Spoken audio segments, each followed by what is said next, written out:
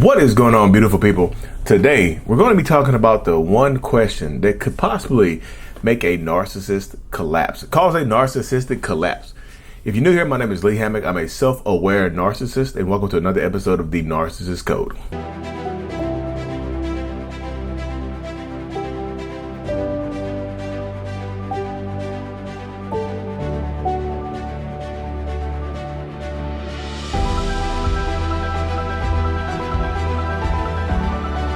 So, welcome back, folks. Yes. The one question to ask a narcissist that could cause or trigger a possible narcissistic collapse. So, first of all, I didn't create this question. I didn't come up with it. I was reading an article. I don't know how I got to the article. I forgot what I was Googling. But an article came up from Rebecca Zung. And she's a, brilliant content creator, attorney. I think she's an attorney. Specializing in narcissistic abuse and dealing with narcissistic people, right?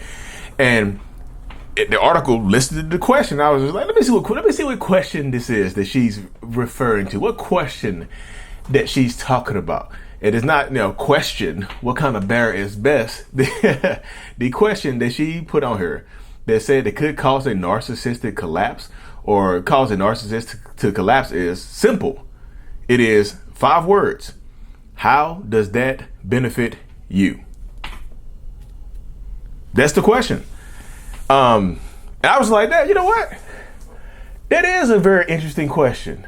In the article on medium.com, she pretty much said that question shifts the balance of power back to the person asking the question and away from a narcissist. So if you're like negotiating with a narcissist or a toxic person or whatever, asking them this question kind of flips them on their head, because very rarely will a narcissist try to give you anything. Narcissistic people try to steamroll you, right? They're very rarely going to come to a negotiating table and try to work out a win-win situation. Typically, it's I win, you lose, or at least I need to feel like I'm winning. I need to feel a victory here. I need to feel like I'm winning in some way, shape, or form, right? So if I'm feeling this way, right, then like as a narcissist myself, if I'm feeling this way, then I can walk away from the negotiating table. But when you ask a narcissist that question right there, it does make them think. It does. And the most narcissists don't want to reveal their true motives. They don't want to reveal their true intent. So they try to keep it close to the cuff. Like they want to make you think that they're trying to work with you and things like that. But if you ask them this question, how does that benefit you? Yeah, it makes them start to think, and they could get angry as hell. This isn't about me. This is about the kids. This is about the money. This is about this. It's not about me. Everything's not about me, just like it's about you. You're the selfish one here. You're not trying to negotiate. How does this benefit me? How does it benefit you? Huh? How the hell does this benefit you? That's why we're not together. You see, you're worried about that, blah, blah. You worry about stuff that doesn't matter. Rabble, blah, blah, blah, boo, boo, boo, bee, bee, bee. And they can get very angry. They could withdraw from the situation and whatnot. And there's a lot of things that happens in the situation. She said in the article, it sets up a narcissist collapse right here because it makes them, it prompts them to reveal their motives. They may be taken aback, stumble, or become defensive. In that moment, you've shifted the balance of power. Yes, you have shifted it because they're looking at you as a completely different person now, because now you're asking them to look inside. You're asking them to look deeper. You're asking them to think more critically and reveal themselves. And a lot of times their true motive is it's dark.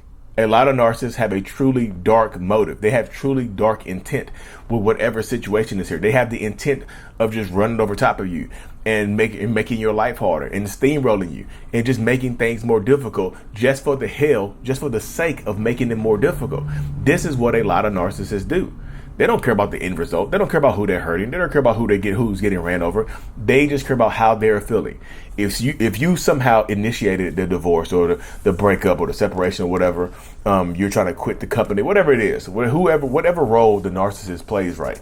If you are the one who made them feel rejected or hit their ego, they're going to try to inflict maximum pain on you because vengeance will be mine. You know what I mean? They will try to get revenge on you.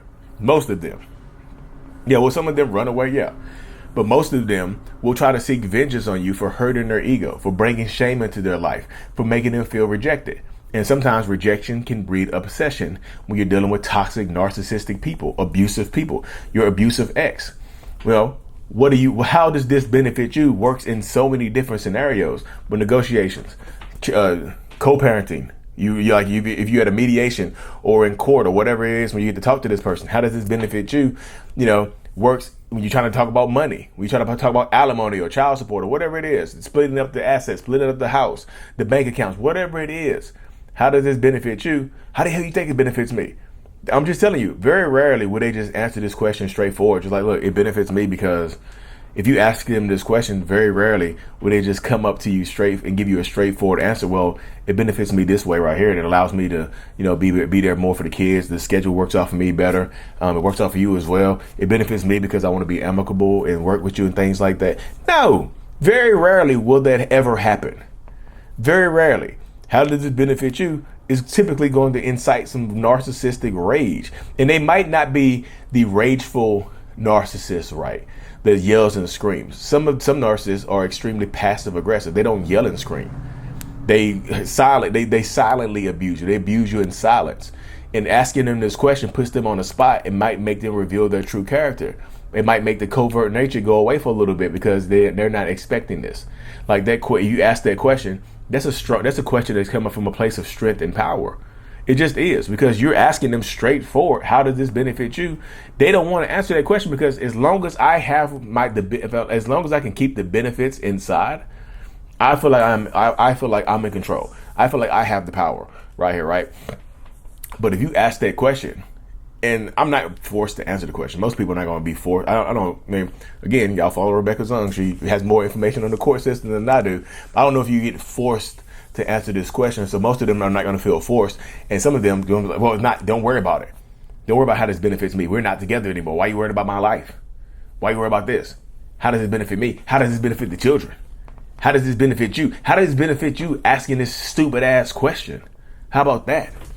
Y'all will see a narcissist's true character right here in things like this when it happens in these spaces. And a lot of times narcissistic people, when they are going through these processes and things like that, they will, try to hurt you. They will try to harm you.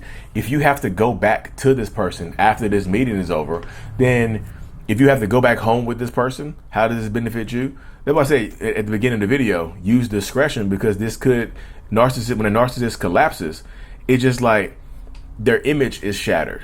So if their image is shattered in front of people, in front of other people, if they feel like you embarrass them or expose them in front of other people, they could put you in danger. So that's why I say use discretion when you're asking this question, to make sure that you have a safe place to be or a safe place to go, or that you protect yourself when you ask this question. Because not all of them, like I said, not all of them are going to try to send you to the afterworld or whatnot, put you in the ground. Some of them will, though. Some of them will physically, mentally, verbally abuse you more because you ask this question, you put them on the spot. Because a narcissistic collapse means that I'm exposed. My intent is exposed. So that question could absolutely trigger a narcissistic collapse in front of other people. Like if you're just asking me this in private, it can go to a different space. But situationally, in front of other people, when things matter, when things are on the line, yeah, you're in a position of power right there. You can hurt me more than I can hurt you. So a lot of narcissists are not going to. They're not going to want to stand for this type of stuff. They're going to want to try to hurt you. They're going to want to try to do this type of stuff right here. They're going to try to keep doing these type of things because it benefits them. I'm going to try to keep my true intent behind closed doors, internally inside of me, because it helps protect my image.